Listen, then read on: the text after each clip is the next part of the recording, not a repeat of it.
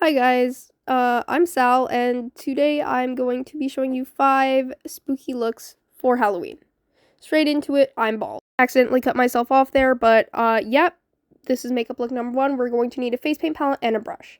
Start by taking a yellow shade and applying it all over your lid, and then going to deepen it with browns and purples and reds in spots where blood would typically pool.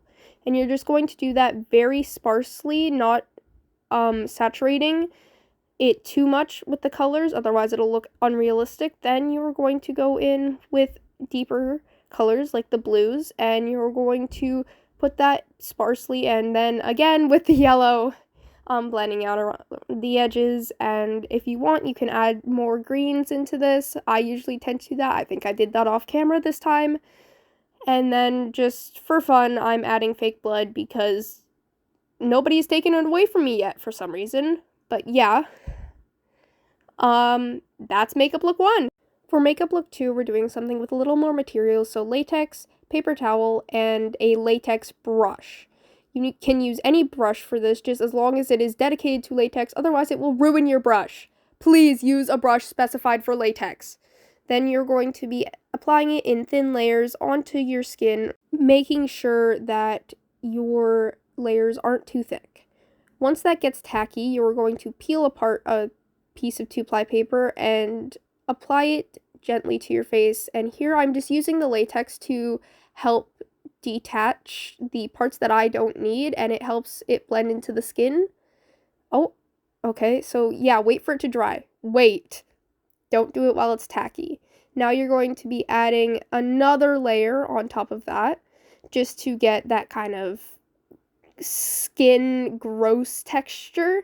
And you can add as many layers as you like. I typically go in with 2 or 3. Now once that is dry, you are going to just gently rip some holes in what you have. So just gently tearing little holes to create like decaying flesh almost. Once your latex is dry, you're going to go on top with either a pink toned or a skin toned coverage. I tend to go a little bit pinker to indicate irritation around the area, but whatever floats your boat. Once you have that area covered with the base layer, you're going to go in with a little bit of a darker brown to add more depth, and then I'm going in with black mixed with brown to add a charred look to make it look like I was burnt. And then once I've sufficiently burnt myself, I'm going to go in with red to make it look more fresh and irritated, and then I'm just dry brushing white over top. Now we're going to take some Vaseline and some fake blood and mix them together. Once you have mixed those together, as I am currently doing very messily, once you mix those two together, we're going to add a little bit of yellow, and that is our pus, and we're going to gently apply that all over our wound, making it look very goopy and gross. This is one of my favorite hacks, but now I'm going to do it with the red to get a darker pus with more blood incorporated into it, and then I'm just going to kind of go crazy with the blood and gently dabbing it all over the infection wound site, and that is it. There, you're burnt, I guess. That is look number 2 complete. I included this blooper of me taking off because it was funny. Okay, look number 3. We're going to start with primer. This step is optional, but I love using primer. So I'm just going to smear that all over my face and wait for it to dry. Once it's dry, I'm taking a foundation and just going at it, and then blending it with a sponge all around. Now that that is done, I'm going to use a white or a concealer under my eyes and in basically all of those areas shown. Now you're going to take some reds and browns and pinks and put it under your eyes, around your nose, and around your lips, everywhere. Now that I look insane, let's do the same thing with purple. Just dabbing my colors in the areas I want. There's me looking for something. I don't know what.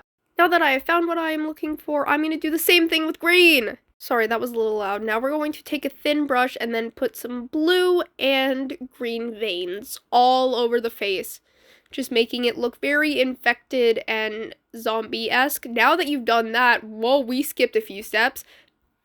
spray some blood on there, you know? Get messy.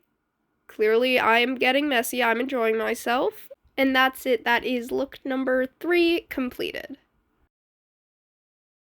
Now we are getting into the harder looks with this one. Look number, not 5, 4. There we go.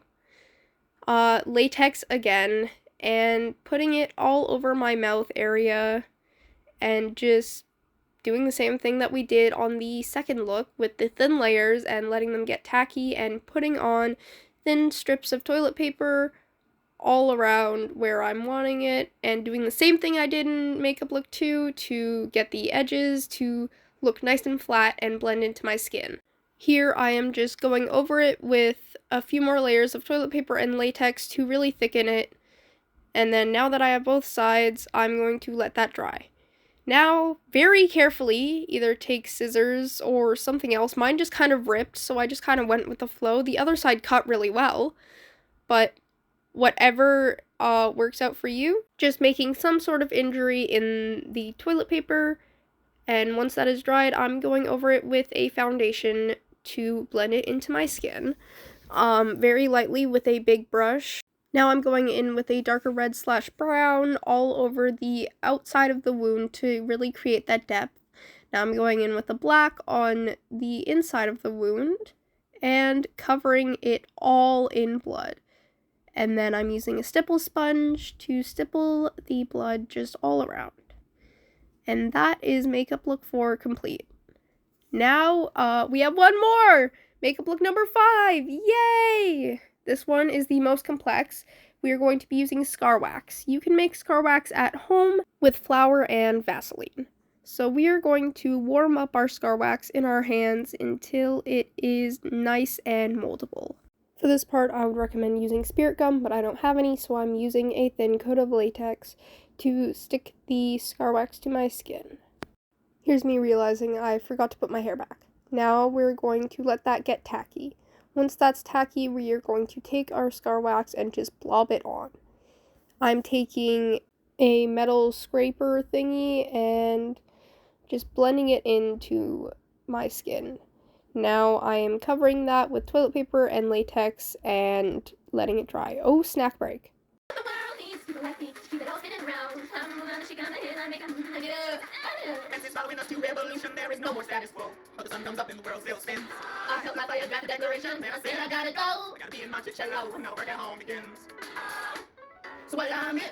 Okay, locking in and covering that with foundation. I decided since this was the most advanced look, I get to use my good blood instead of the dollar store blood. I'm very excited. I'm looking for something, don't know what. Okay. And just put it everywhere. So much blood. Looking for something again. Brush. More blood.